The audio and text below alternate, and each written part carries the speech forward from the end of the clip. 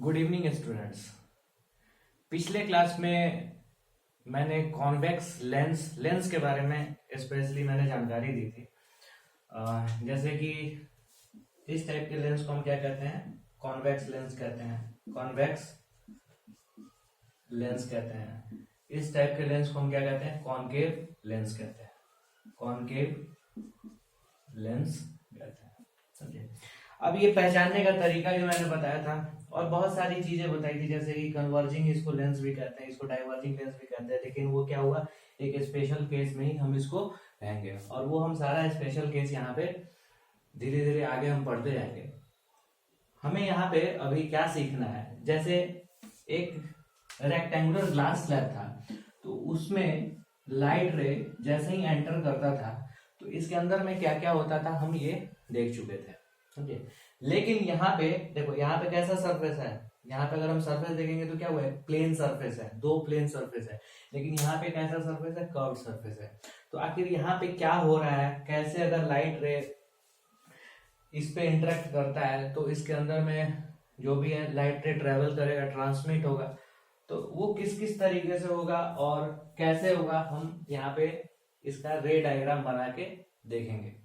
देखो, बुक में सिंपल भाषा में समझा दिया एकदम से, थोड़ा सा हम इसको कॉम्प्लिकेटेड करके देखेंगे कि आखिर इसके अंदर जो भी है कॉम्प्लिकेशन क्या आता है। समझे? और हम इसको एकदम से सिंपल वे में कैसे देखते हैं, जो भी हम किताब में है वो भी हम देखेंगे और यहाँ पे जो मैं बताने जा रहा हूँ वो भी हम देखेंगे।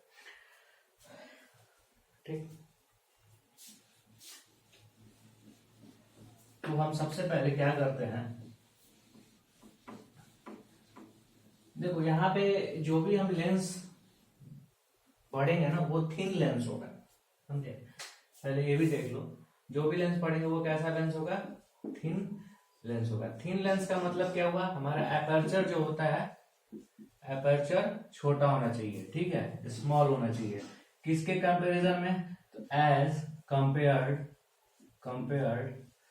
To the radius of curvature. ठीक है, as compare to radius of curvature.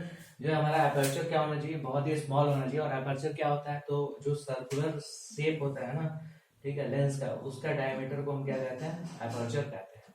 तो इस टाइप के लेंस को हम क्या कहते हैं? थिन लेंस कहते हैं। और मैंने ये भी बताया था कि थिन लेंस हम एज्यूम करेंगे तभी हम आगे इसका जो भी फॉर्मूला जो है वो हम लगा सकते हैं। अगर थिन लेंस नहीं रहेगा, थिक लेंस रहेगा तो हम फॉर्मूला लगाएंगे, लेकिन हमारा जो है, जो भी हमारा आंसर आएगा वो क्या होगा? गलत आएगा। ठीक है, वहां पे हम चलेंगे तो वो भी हम डिस्कस कर देंगे। क्लियर?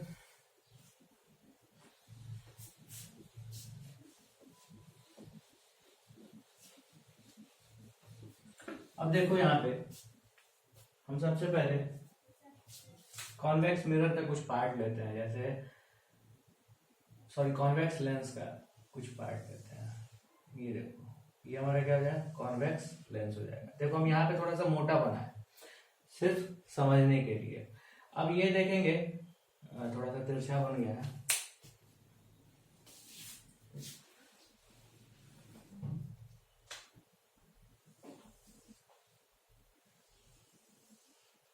समझे?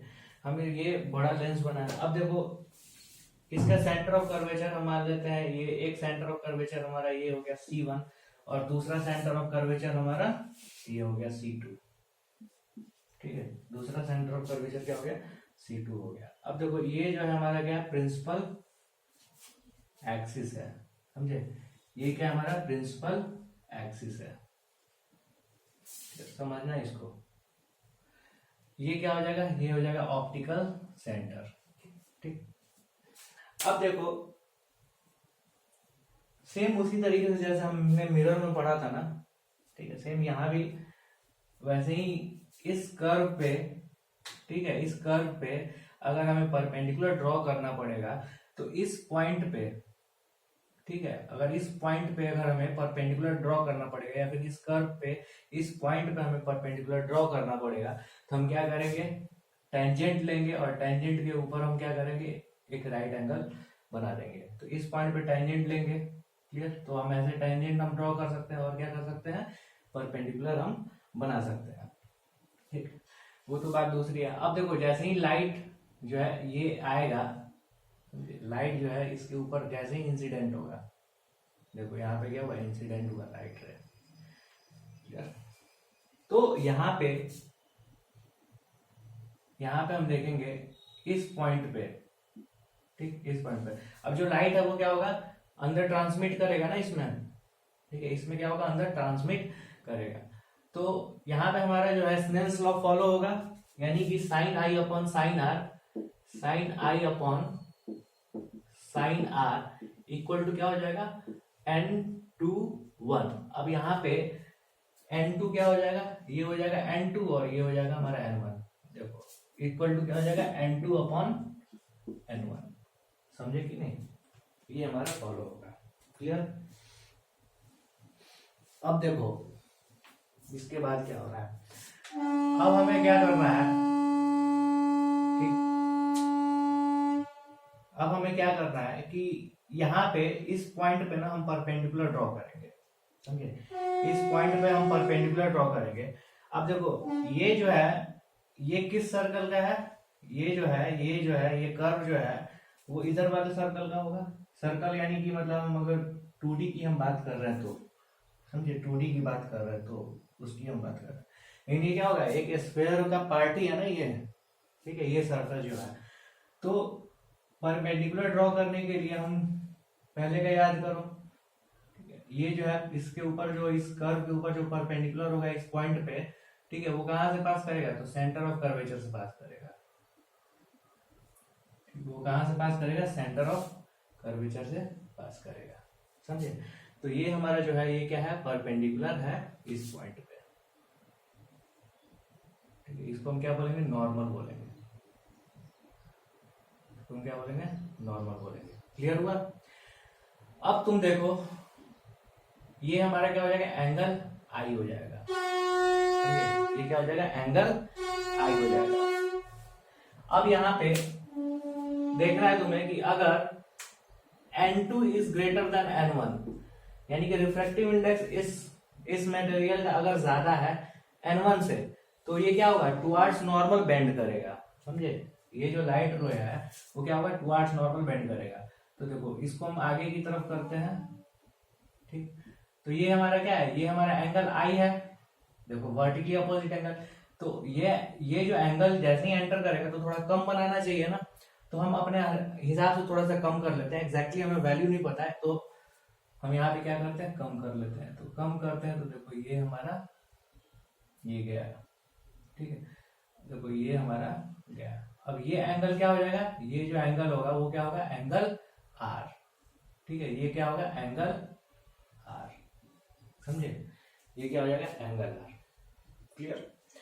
अब देखो सेम उसी तरीके से यहाँ पे ये जो है लाइट रे इंसिडेंट कर रहा है, तो यहाँ भी हमारा क्या होगा, एक मीडियम से दूसरे मीडियम में जा रहा है। अब यहाँ पे एक मीडियम से दूसरे मीडियम में जा रहा है, देखो इसी चीज को ना हम फिर से और बड़ा करके तुमको दिखाएंगे, एक बार और बता देंगे, ठीक है, घबराने की बात नहीं है अगर नहीं दिख रहा है तो, लेकिन ध्यान से देखना एक बार। तो ये क्या होगा, यहाँ से फिर ये दूसरे मीडियम में जा रहा है तो यहाँ भी रिफ्रैक्शन होगा, और रिफ्रैक्शन होगा तो हमारा स्नेल्स लॉ ही फॉलो होगा, समझे। अब स्नेल्स लॉ फॉलो होगा तो देखते हैं यहाँ पे, अब इस पॉइंट पे हमें परपेंडिकुलर ड्रॉ करना है। तो ये देखो किस कर्व, ये जो है ये किस स्फीयर का पार्ट है, ये कर्व जो है इस स्फीयर का पार्ट है, समझे, ये जो स्फीयर इस स्फीयर का पार्ट है। तो हमें ब्लू से हम बनाते हैं, समझे। तो इस पे अगर हमें नॉर्मल ड्रॉ करना होगा तो देखो हम ऐसे नॉर्मल ड्रॉ कर दिए, समझे, ये नॉर्मल हम ड्रॉ कर दिए। अब देखो ये एंगल जो है, समझे, ये देखो, तो ये हमारा क्या है, लाइट रे है, क्लियर, ये हमारा जो है लाइट रे है। अब यहाँ पे जो एंगल होगा, ठीक है, यहाँ पे जो एंगल होगा, क्लियर।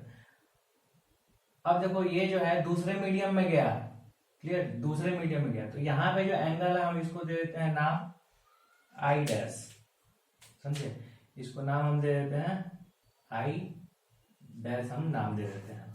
अब जैसे ही ये दूसरे मीडियम में जा रहा है तो देखो यहाँ भी स्नेल्स लॉ फॉलो होगा, तो यहाँ पे क्या लिखेंगे हम, sine I I dash upon sine R dash, ठीक, sine I dash upon sine R dash equal to क्या हो जाएगा, तो वो होगा हमारा n1 2, देखो मीडियम 2 से 1 में जा रहा है ना, ये हमारा क्या है n1 है, इक्वल टू क्या हो जाएगा n1 अपॉन n2, समझे, जहां पे क्या है n2 is greater than n1 है, क्लियर। अब देखो जैसे ही ये डेंसर मीडियम से रेयर मीडियम में जाएगा क्या होगा, ये अवे फ्रॉम नॉर्मल जाएगा, ठीक, ये क्या होगा अवे फ्रॉम नॉर्मल जाएगा। तो देखो ये जो एंगल है, अब ये देखो ये जितना एंगल बना रखा है ना इससे उतना ही एंगल ये है, तो अवे फ्रॉम नॉर्मल जाएगा तो ये लाइट रे क्या होगा और भी ज्यादा बड़ा होगा। देखो ये हमारा कितना है एंगल आई डैश है, तो हमारा लाइट रे अवे फ्रॉम नॉर्मल जाएगा इस तरीके से, समझे। देखो ये एंगल क्या होगा बड़ा बन गया, और ये एंगल कितना है, तो ये एंगल आर डैश है। समझ में आया क्या कैसे बना। अब तुम देखोगे कि ये जो लाइट जो है ओवरऑल तुम देखोगे कि जब लाइट जो है ये प्रिंसिपल एक्सिस के पैरेलल जा रहा है, समझे, तो इस लेंस के थ्रू पास होने के बाद से ना, ठीक है, ये क्या हो रहा है कन्वर्ज होके यहाँ पे कट कर रहा है, समझे। देखो ये क्या हो रहा है लाइट रे पैरेलल आ रहा है और क्या हो रहा है इस लेंस से पास होने के बाद से कन्वर्ज हो जा रहा है। कन्वर्ज होने का मतलब, ठीक है, जैसे मान लो इधर से भी आएगा तो क्या हो रहा है कन्वर्ज हो जा रहा है इधर की तरफ, यानी कि एक साथ मिल जा रहा है। तो ये जो लाइट है ये प्रिंसिपल एक्सिस पे कट कर रहा है, और जिस पॉइंट पे कट कर रहा है ना उसको हम बोलते हैं फोकस, ठीक है, उसको हम क्या बोलते हैं फोकस। किसका फोकस, तो फोकस ऑफ दिस लेंस, समझे।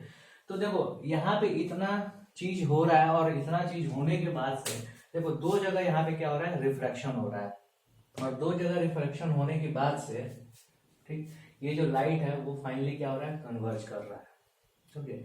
अब यहाँ पे n1 n2 का वैल्यू अगर अलग हो जाए ना तो कोई जरूरी नहीं कि ये कन्वर्ज करे, ये डाइवर्ज भी हो सकता है, समझे कि नहीं। तो डिपेंड करता है कि n1 और n2 का वैल्यू क्या है। अब तुम पूरा चीज समझ गया हो कि कैसे लाइट रे आएगा, तो ये जो है लेंस जो है लाइट को कैसे करता क्या करता है, जो लाइट हमारा सीधा ऐसे जाना चाहिए ना वो ऐसे ना जाके क्या होता है कन्वर्ज हो जाता है, ठीक है। तो ये जो लेंस है कन्वेक्स लेंस है ये क्या करता है लाइट को कन्वर्ज कर देता है। कई जगह स्पेशल केस भी है, जैसे कि मान लो कि अगर n1 बड़ा हो जाए n2 से ना तो ये क्या करना शुरू कर देगा डाइवर्ज करना शुरू कर देगा। अब इसी को हम थोड़ा सा और बड़ा करके बनाते हैं और फिर से दिखाते हैं, ठीक है। हम इस पोर्शन को हम सिर्फ दिखाएंगे, ठीक, ये पोर्शन को, और ये जो प्रिंसिपल एक्सिस होगा ना सिर्फ हम इसको दिखाएंगे, ध्यान से देखना एक बार और। लेकिन ये किताब में इतना कॉम्प्लिकेटेड तुमको नहीं देखना है, समझे। वो किताब में जितना बताया है वो भी मैं बताऊंगा, लेकिन ये जानना जरूरी है क्योंकि तुम्हारे दिमाग में ये सवाल बैठेगा ना उठेगा ना कि आखिर ऐसा क्यों होता है, तो ऐसा क्यों होता है तो उसका आंसर भी मैं दे रहा हूँ।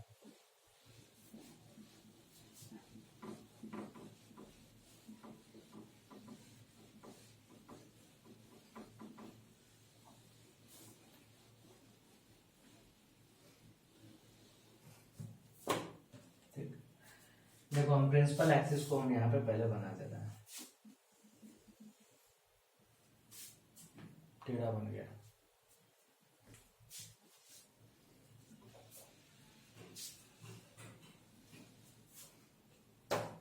पहले लेंस को ही बना, लेंस का पार्ट को बना। ये हमारा क्या है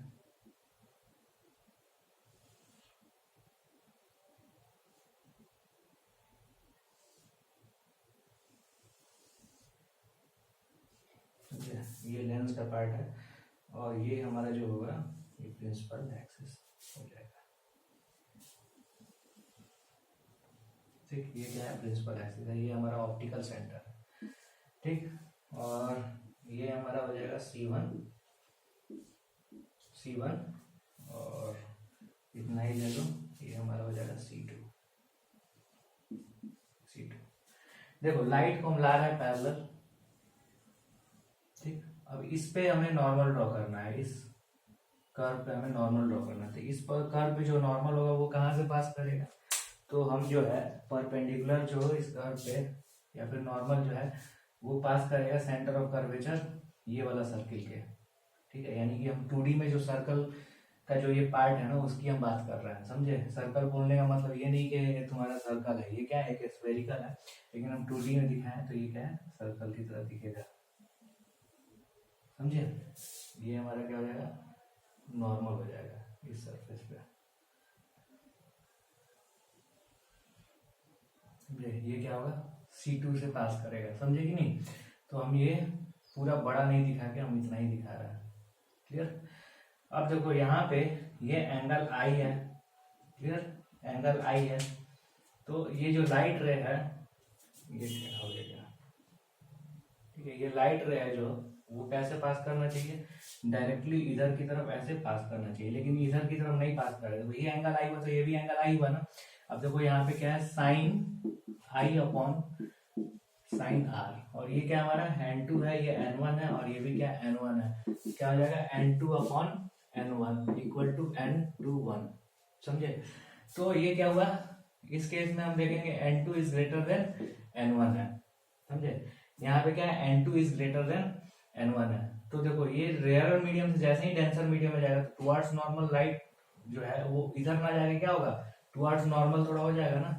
तो ये हमारा कहाँ गया, टुवर्ड्स नॉर्मल गया, तो ये हमारा एंगल बना R बन गया एंगल, क्लियर। तो यही है, यहाँ पे स्नेल्स लॉ फॉलो हो रहा है, क्लियर। फिर यहाँ पे जैसे ही गया तो इस पॉइंट पे हमें क्या करना पड़ेगा, नॉर्मल ड्रॉ करना पड़ेगा। तो इस पॉइंट पे नॉर्मल कैसे ड्रॉ होगा, तो देखो ये जो C1 जो है यहाँ से हम उठाएंगे, ठीक है, और एकदम स्ट्रेट लाइन ड्रॉ करेंगे इस पॉइंट पे, समझे। और यही जो होगा वो क्या होगा, नॉर्मल होगा यहाँ का, समझे। ये क्या होगा, देखो ब्लू से दिखाना चाहिए इसी से, ये हमारा क्या होगा, नॉर्मल होगा, क्लियर।